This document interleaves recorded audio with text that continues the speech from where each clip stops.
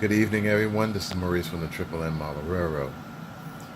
As you can see in front of you, I have 4 Tier 4 GEVos from Scaletrains. And this is basically just an overview. This is not really a review, more or less a showcasing of these models. I mean, something quick and dirty, nothing too extravagant. There are reviews on these models from the first run of these models. So you can get all that information from there. But so far, I've been testing out these models, and I mean, they are working pretty well. They run well as usual. They have great motor control, and they have great decoders, and I mean, so far pretty good. But there has been some issues though, and 2 of the models came defective, and one of them I kind of broke something. Not kind of, but actually did break something by accident. And again, like I emphasized in my other videos, these models you have to be very careful with. They have a lot of detail, and you can break something pretty darn easy. So, getting to it. Now, which models are defective? And it's the 2 last ones here. Excuse the squeaky chair. 3911 and 3764. And the problems that I have with those is that 3911 actually have a missing number board when I received it. And going back a little bit, if you look towards the rear, the radiator, I don't know, Sean calls them dynamic brakes, but I guess he's right. He's the modeler, so he's the one who's actually creating these things. But in the rear, the one on the left is mounted incorrectly, as you can see. It's mounted backwards. At first I thought it was a prototype difference, and when I said, let me look at the schematics and that Scaletrains have and videos or pictures of the actual engine, and sure enough, this is incorrect. So that's, from the factory they made a mistake, and it's understandable. I mean, they look pretty much the same in a way, but if you got a keen eye, you can actually see the problem. So what did I do? So I got in touch with Scaletrains. I sent an email out, and within a day or so, they got in touch with me, and they let me know that they're sorry for what happened, and they're going to address the issue. And what they did was they sent another shell, and this is the shell here, 3764, and they also send the replacement number board, and there it is. Now, other manufacturers need to take lessons from this, because this is excellent customer service. You can't go wrong with that. I mean, there was a mistake, there was some errors, and they were willing to fix it, quickly.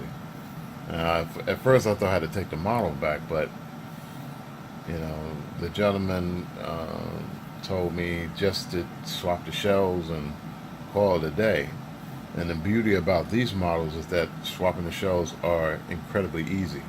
As you can see inside the package, this is just one piece. It's just one piece. It's all put together. Alright, it's all put together. And you just take the couplers off, unscrew them, pull the shell off, put the new shell in, put the couplers back on, you're done. That's it. Very simple, easy peasy. That's why I like these models so much. I'm not knocking like Intermountain. I mean, Intermountain, I wish I can get those Intermountains, but I already spend way too much money as it is. I mean, right now, actually, this Tuesday, the NSs are coming. Yes, you've been following this channel, I never model NS. You know, it's either some portions of UP and mostly BNSF. And some Southern Pacifics. But now I'm going to model some NS. So I found that the NS models, when looking at Ernesto's models from the first release, I really like those models. So I decided to get 4 of those as well. So those are coming too. So this basically all 8 of these engines I basically broke the bank. You know, but it's a treat for myself. It was my birthday yesterday, and I decided to let me treat myself. These came right on time. You know, so far, so good. The next videos you're going to see is the videos of my uncle's layout. My uncle told me that, you know, I already have some videos of it, but he wanted me to put it on hold for the moment until Tuesday, because he wanted to show some other things. He wanted to finish the roadway and show that off,